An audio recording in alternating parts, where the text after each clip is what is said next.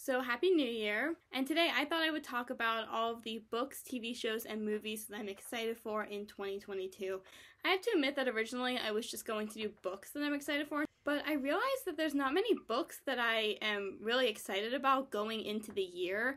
That might change later on, but as of right now, I'm really only excited about one book, so let's just get started. So as I was saying earlier, I only have one book that I'm looking forward to this year, and that is the Sunbearer Trials by Aiden Thomas. This is the first book in the Sunbearer duology, and to be honest, I don't know much about this book, but the minute that I found out that it was by Aiden Thomas, I just had to read it, because I just absolutely love Cemetery Boys. So the Sunbearer Trials is pitched as Percy Jackson meets the Hunger Games, and I believe the official synopsis just came out for this book, but I don't really read synopsises that much before going into books. I do know that it focuses on Mexican culture, and I believe it also features another trans main character. I can't wait to see what Aiden Thomas has for us in store with this book. So now we're going to be going into the TV shows that I'm looking forward to this year. As of right now, there's only 3 of them. The first one is Young Royals Season 2.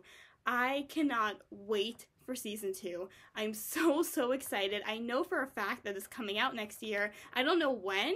My guess is sometime between the summer and the winter, the back half of 2022. I doubt it's coming out in the front half, considering that they start to film in February. I'm very excited to see the aftermath of Season 1 and to really see the open ending hopefully somewhat be resolved in this next season. The next show that I am really excited for, The Amazing Race Season 33. So I love The Amazing Race. I've been watching it since Season 19, so I've been watching it for quite a long time, and obviously with COVID, I was very worried whether or not they would actually be able to continue with the show and to actually have more seasons. Thankfully, they are. The Amazing Race is a reality TV show that's been going on since 2001, and it's where 11 teams of 2 race around the world for $1 million.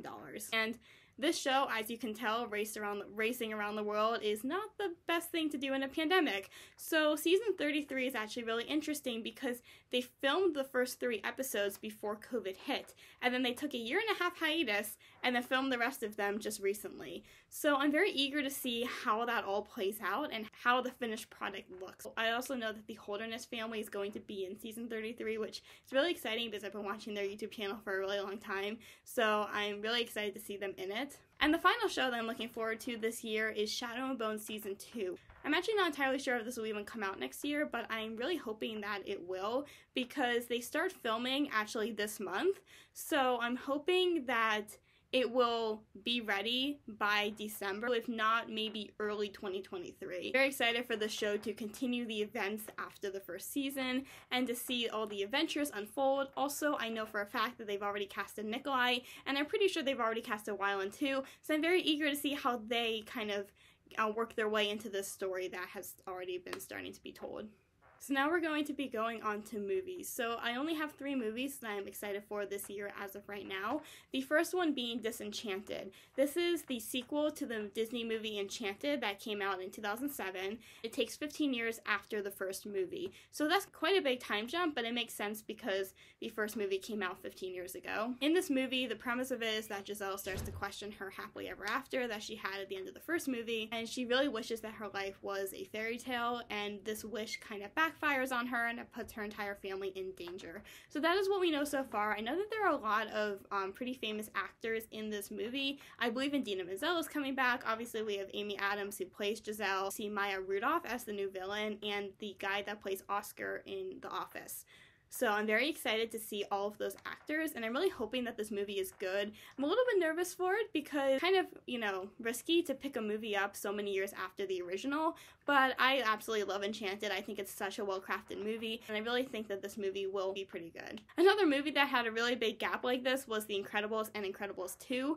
That was a 14-year gap, so I'm hoping that Disney will kind of take after Pixar because Incredibles 2 was really good, so I'm really hoping that Disenchanted is similar to that. And speaking of Pixar, the remaining 2 movies are both Pixar movies because if you know me, you know that I absolutely love Pixar. Over quarantine, I actually watched all of the Pixar movies from the first one all the way up to the last one. I actually have a full list where I rank every single Pixar movie, so let me know if you want to see that because I would love to do that at one point. Next movie that I'm looking forward to is Turning Red. It is about a Chinese-Canadian teenager who turns into a giant red panda every single time she feels like a strong emotion. This also happens because it is her family's ancestry to turn into giant pandas whenever you're feeling upset.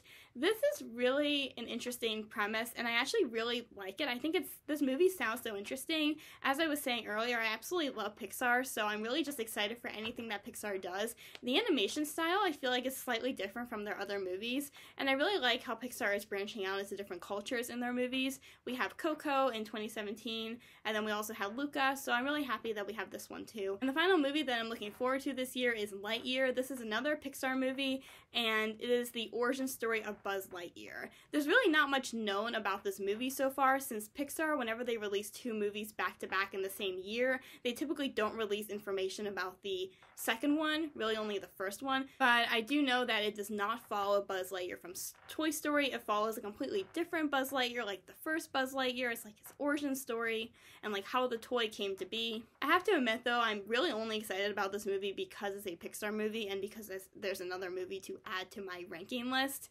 In the end, I really feel like Pixar just needs to kind of calm down a little bit on the Toy Story franchise. Like, we have a lot of Toy Story content, we don't need any more, but in the end, I'm also still a little bit interested to see what they will do in this movie. Those are all of the books, TV shows, and movies that I'm excited for as of right now in 2022.